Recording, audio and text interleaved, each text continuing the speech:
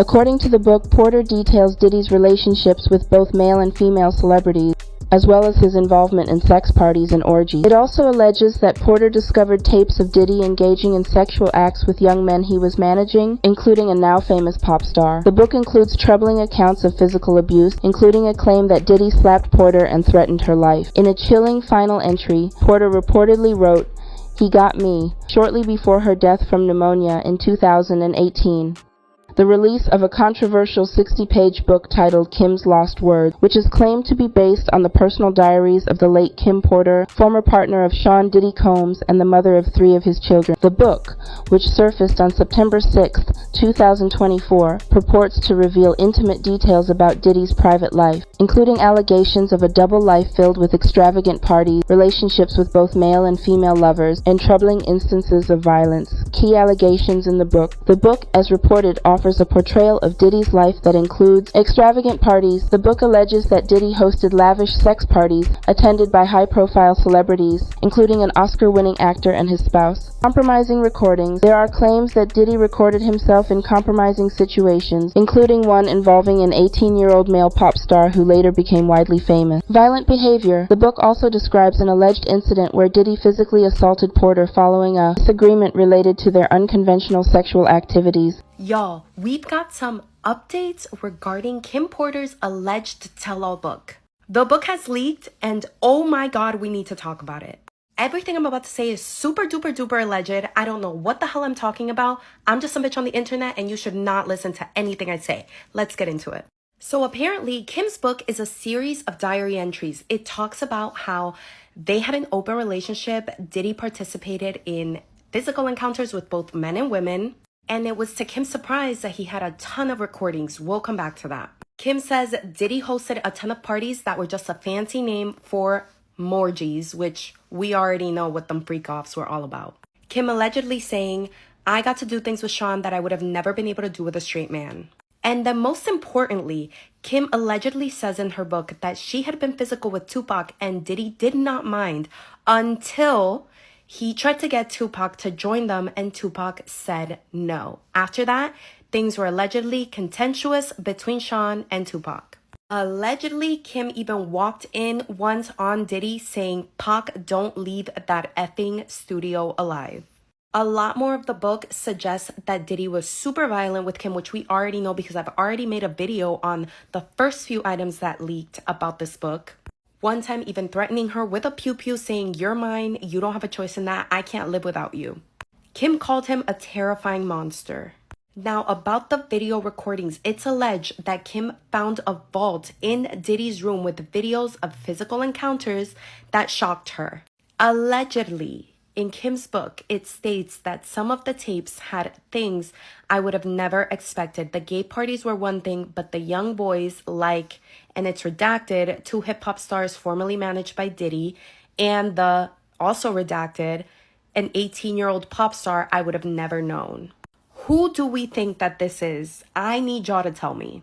I need y'all to tell me who you think this is. The ending to this is so sad. It says that the last entry in this book is around the time that Kim fell ill. If you remember, she died of pneumonia, but it was around the time that she fell ill. And apparently it's alleged that she texted her friend saying, "He got me," before dialing 911.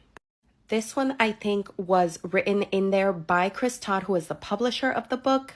He is allegedly close to the friend that received the hard drives from Kim that contained her diary entries. Now the book has been published on Amazon. I actually went ahead and purchased it myself so that you didn't have to. It gets here Sunday. We will go through this fucking book. It's important to know that there are certain articles and people who are questioning the validity of the book. By the way, Chris Todd did publish this book under the pseudonym Jamal Millwood. So some people are asking, well, where's the concrete proof that these words came from Kim? But let's not forget that writing down a false statement is considered libel and you are putting yourself at risk of being sued over it. Would Chris feel so confident in publishing these statements about Diddy, who is only in jail? It's not like he doesn't have any more rights. It's not like him or his legal team can't sue the F out of Chris Todd.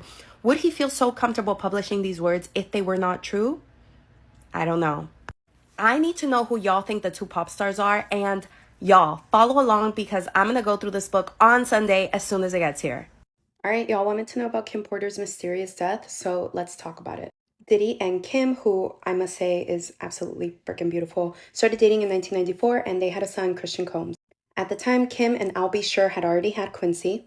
Kim and Diddy split up in 99 and then they got back together in 2003. In that time period, we know that J-Lo and Diddy dated. However, Kim and Shakir Stewart, who was a Def Jam senior executive, also dated. However, Diddy didn't approve. It's alleged that Diddy ended up confronting Shakir and Kim while they were together. He threw a chair at Shakir, and in the altercation and the fight, Kim ended up having her nose broken.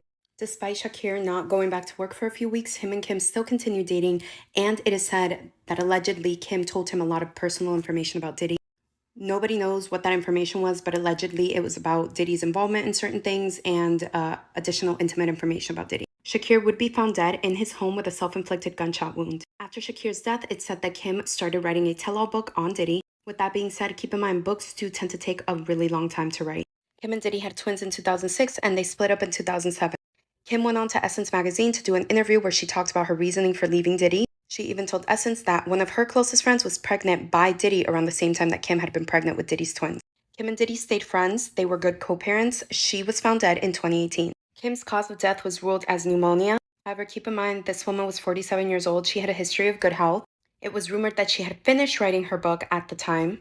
I think Kim's death wouldn't be considered so suspicious if it wasn't for the fact that 3 of her laptops were missing. The police said there was no robbery at her home, so where exactly were the laptops? I'll Be Sure, Quincy's dad and Kim's first baby daddy, did go to Instagram after her death, and he, in a now deleted post, said that he believed Diddy was involved in her death. He also said that he didn't believe it was pneumonia, he believed it was murder.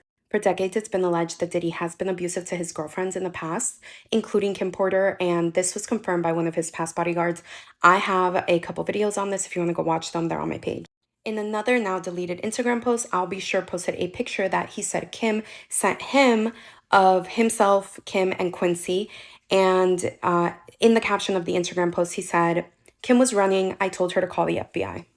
Let me know what y'all think about this. I find it really interesting that there's been a slew of other celebrities that have died of pneumonia. It seems like that's what Hollywood celebrities die of anytime that there's like a suspicious death. But I want to know what y'all think. I want to know like if you think that there's any merit to the idea that she was allegedly murdered.